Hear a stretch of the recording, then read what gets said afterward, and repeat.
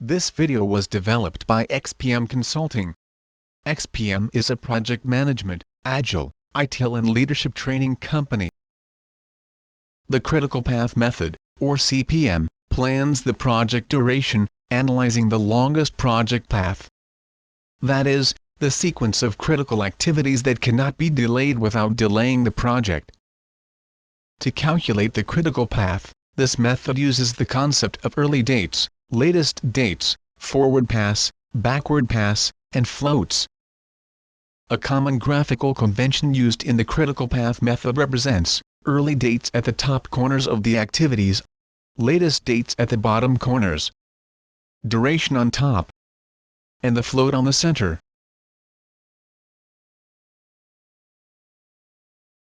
An early date represents the earliest date that an activity can start or finish, because all predecessor activities have been completed.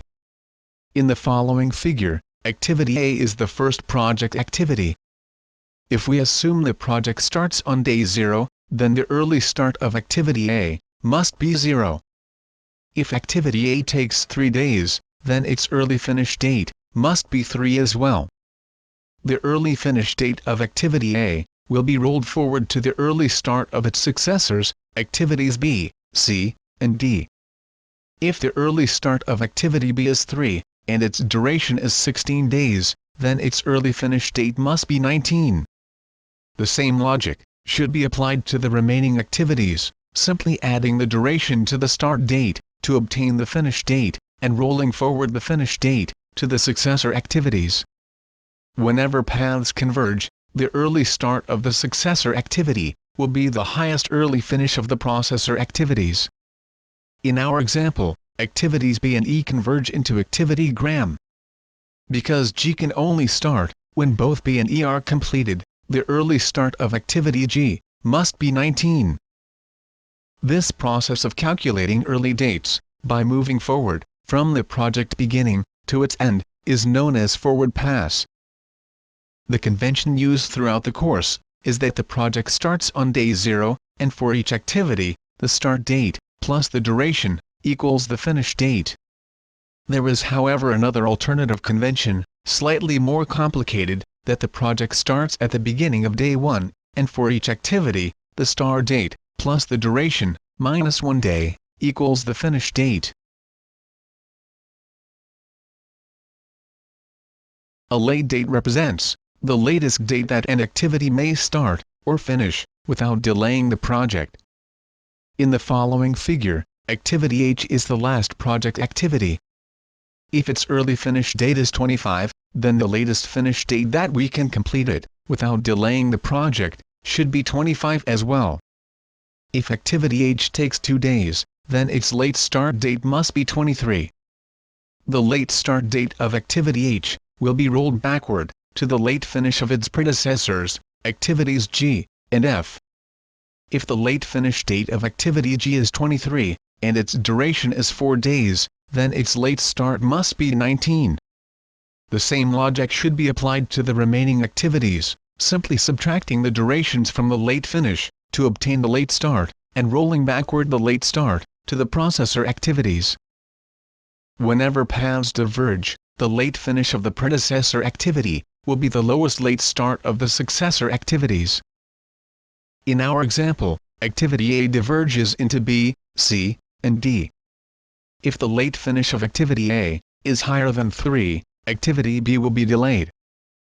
This process of calculating late dates, by moving backward from the end of the project to its beginning, is known as backward pass.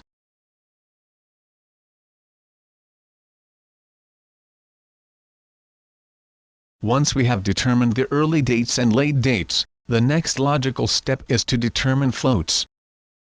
The float, total float or slack, is the time frame during which an activity may be delayed from its early start without delaying the project.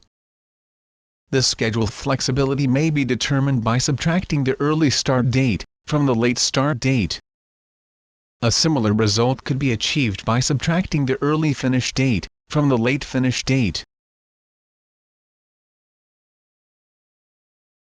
The final step of the method is determining the path with the least amount of schedule flexibility. The critical path is the path where all activities are critical, that is, they have a zero float.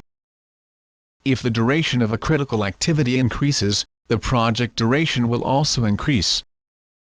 The project may also have a near critical path, a sequence of activities with a low float.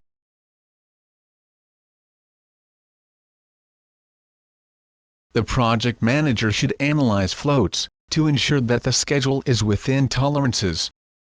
If the last activity is scheduled to finish after a previously defined deadline or baseline, the project has a negative float. In such cases, the negative float of the project and activity shows how many days have to be recovered to meet the deadline or baseline. In the previous example, if management defines a deadline of 20 days to complete the project, the late finish date of activity H will be 20, which will mean that the activity has a negative float. The project manager may also analyze free floats to better understand the schedule flexibility. The free float, or local float, refer to the time frame during which an activity can be delayed without delaying the early start of a successor activity. In other words, it is the number of days that one activity can be delayed, without removing total float from a successor activity. In the previous example, activity C has 7 days of float. We could therefore delay the start of activity C up to 7 days, without directly compromising the schedule. However, if we did, we would be removing float from activity E, its successor activity. Therefore, activity C has float, but no free float. Let's now focus on activity E. What would be the impact of, for example, delaying its start 6 days? Activity G would not be impacted because its early start of 19 is determined by activity B. Therefore, activity E has 7 days of float and 7 days of free float as well. This video was developed by XPM Consulting.